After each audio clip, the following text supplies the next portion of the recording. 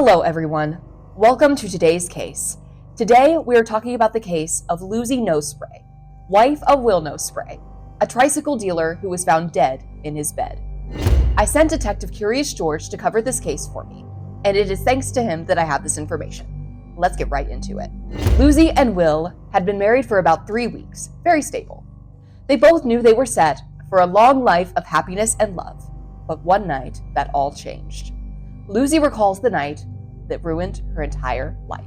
I woke up to a loud noise and I turned to see that Will... Wait, loud noise? What loud noise? Don't loud noises usually wake people up?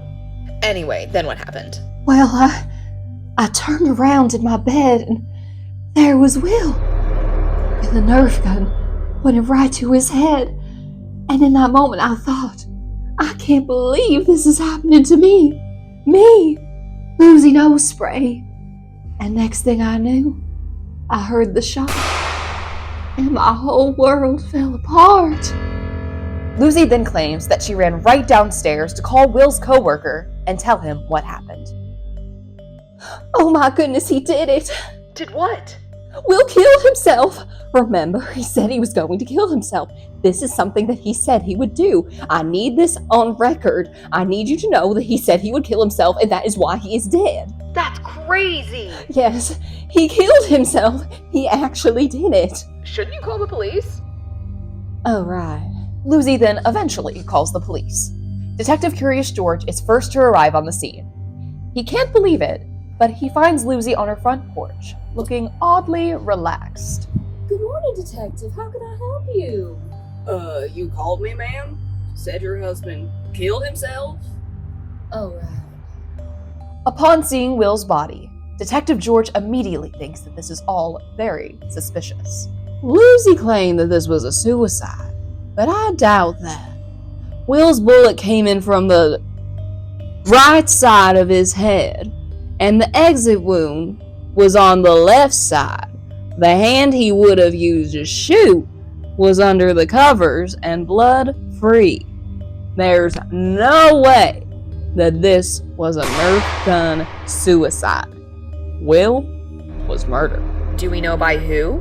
No, it could have been anybody. Even though there were no signs of a break-in and Suzie was the only other person in the house? See you get me. A few hours after Will's body was taken from the house, Will's brother, Gil, walked into the house to hear laughter and music coming from upstairs. When he asked Lucy what was going on, she said that she and her friends were having a clean up a room to cover up any incriminating evidence party. Do you know why she might have been doing that? A completely innocent reason, surely. That seems pretty productive for anybody, if you ask me. Wouldn't want to be accused of a crime wrongfully. This was pretty suspicious behavior on Susie's part, and according to the detective, she may have had a motive. Will had removed Lucy from his life insurance, and he was also allegedly cheating on her and using her shampoo in the shower. Along with this, Detective Curious George said that experts found blood spatter on Lucy's nightgown, which could have been blowback from her shooting the Nerf gun herself. So, with that, Lucy was put on trial, found guilty, and was sent to prison. But that isn't where this story ends.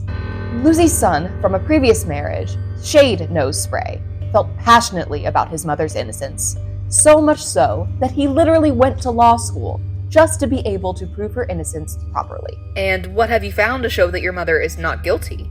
Well, she's my mother. So her ability to make babies deduces that she can't kill someone. Just trust me, bro. In addition to this damning evidence proving her innocence, Detective George realized that particles found on Lucy's nightgown weren't necessarily blood. Experts just assumed that it was blood. Luminol is used to detect blood even if blood has been cleaned off of an object. However, it can also detect other things. So you're saying that all of those little spots on Lucy's nightgown maybe weren't blood? Exactly.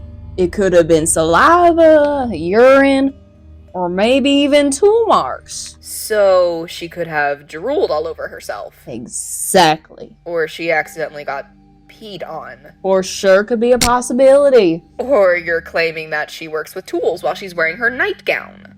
You don't do that? So, with that, Suzie was actually released from prison, but unfortunately was brought back to trial only a little while later.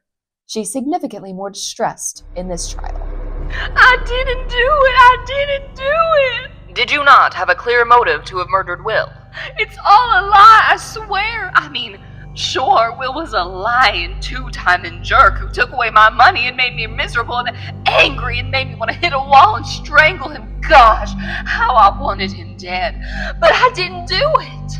Oh, wow. This is really making me believe you. You've got the wrong woman! I don't even like Nerf guns. I'm more of a super soaker gal. I'm sold. After the jury talked it over for several long hours, Lucy was found not guilty. I mean, obviously. Was it obvious? Yeah, I mean, we can't be like 100% sure that it was her, so it probably wasn't her.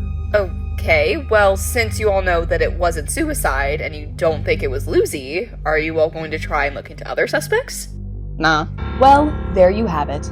Lucy is found not guilty, and Will's case is still left with some mystery. After Lucy regained her freedom, she has claimed ownership of Will's tricycle dealership, and she is also writing a book all about the experience of Will's murder and her innocence. You think you know me, but you don't. The real crime, Will's tasting home decor. Those throw pills were idiots. Thank you all for joining me in this week's case. We'll see you next time.